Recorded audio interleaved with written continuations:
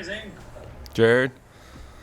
just wanted to ask about getting ready for this Troy team. You guys have probably seen what they've been able to accomplish on the field, and so it looks like it's going to be a test for, particularly for the secondary. Talk about preparing to face them. Yeah, super powerful offense. If you guys watched the game on Saturday, they do a really good job throwing the ball down the field. They've got some really capable guys at receiver and a good quarterback, and so it's going to be a good test for us in the secondary. We were talking last week after Navy, like we were looking forward to this game because we finally get to get tested.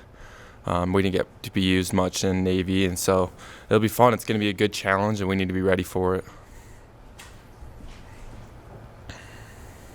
Okay, let's go, Norma.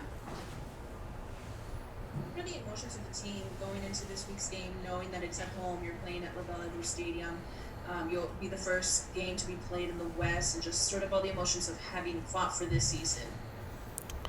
We're really lucky to be playing right now. I know other conferences are joining in and starting to play, but that's still in the back of our mind. Is how blessed we are to keep playing this game that we love, and so it really is amazing that we get to play in Lavelle Edwards. And even though there's only going to be 6,000 fans, it's going to be fun to be able to play in front of our families, since our families get to come. And it's just one of those blessings you can't take for granted. And so we're going to make sure we're prepared for it, and we'll be ready for Saturday.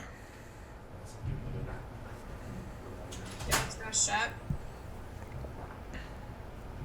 Zane, maybe following up a little bit on there, you obviously now have played a game with no fans, and even though there's only going to be about 6,000 in LaVell Edwards Stadium, how much more do you look forward to that, and how much more do you think you will appreciate having some fans in the stadium versus the first game you played with nobody? Yeah, it's kind of a weird feeling out there when you don't really notice it when you're on the field, especially as a defender. I think offenses notice it more. But when you come on the sideline and it's silent, it's weird. And so it'll be good to be able to have some more energy. But still, with only 6,000 fans, we as a team have to create our own energy.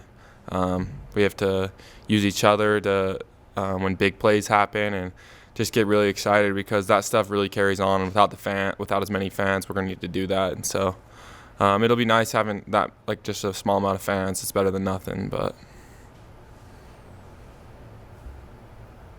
Okay, let's go, Jared Lloyd, and then Mitch Harper. What was it like going through last week where you kind of had to break down and do the platoon thing, and now getting a chance to get back to full practices and getting ready for a game again? What was that transition like for you? It was weird. I think, but this whole thing has been weird, and so I think anything's can be expected with this Corona stuff, and so being able to split into groups, they told us we were going to do it. It was weird not being around the whole team and working out in different groups. So I'm just happy to be back in a normal where we can start practicing and be with each other again, and it'll be fun. That's stuff that you miss. Even if it was only a week, you just miss being out on the field again. So it was frustrating we couldn't play against Army. I was looking forward to that, but we're looking forward to the next. We get a good opportunity this weekend. Yeah, Zane, what do you make from this Troy offense? Looked pretty good against Middle Tennessee over the weekend. What has kind of stood out to you from your film study of them thus far? They've got some really good receivers. They do a good job at running their routes, and they've got some really good. They pass the ball down the field really well. So we're gonna get tested, and we need to make sure we're disciplined with our eyes and with our technique. It's been good. We've had a week plus to prepare for these guys because they're a really capable team on offense, and so we need to be ready. We're gonna get tested, and I'm really excited for the opportunity. Has it been a complete overhaul of maybe what you guys did against Navy because they were a triple option attack? Is this going to be a completely different look this week? Yeah, absolutely. And we kind of knew that. We've kind of been practicing stuff on the back burner, even against Navy prep, just getting back to our old stuff, what we do as a defense, and so it hasn't really gone away. We've been really working for it and focusing on because we have a few games like this where offenses have a high tendency of passing, and so we're just going back to what we do. We're kind of scrapping what we did in Navy and do a few things we did there, but it'll be fun. I'm excited to show our defense. Okay, Jay, and then Jared. Hey Zane, Zach Wilson just told us he had COVID over the summer. He was on this 90-day exempt thing. Is that something the players kind of know about each other? Do you Do you know like who's had it, who hasn't, who you need to stay away from, things like that? They're pretty discreet and like they don't announce even to us who has it. If someone were to get tested, you kind of know the guys that have had it, and you stay away from some of the guys that might be out and about all the time. But they're pretty discreet in keeping their privacy of who has it and who doesn't, and so really it's just kind of you're out there on your own. Like sometimes you don't know who could have it and who could be carriers, and so it's tough to be able to. You just have to stay 6 feet away from everyone at times, and sometimes in the locker room it's tough wearing your mask at all times. But it's just something we're gonna have to do if we want to keep playing. And along the same lines, I was curious about the impact that a lot of the players have had to deal with. It sounds like trying to adjust potentially housing circumstances because of contact tracing. What's it like as you've seen guys trying to figure out these types of things that, I don't know if anybody would have thought of, last year or anything like that, because it's completely unique as far as what you're trying to do outside of just the football stuff to try and avoid the COVID things.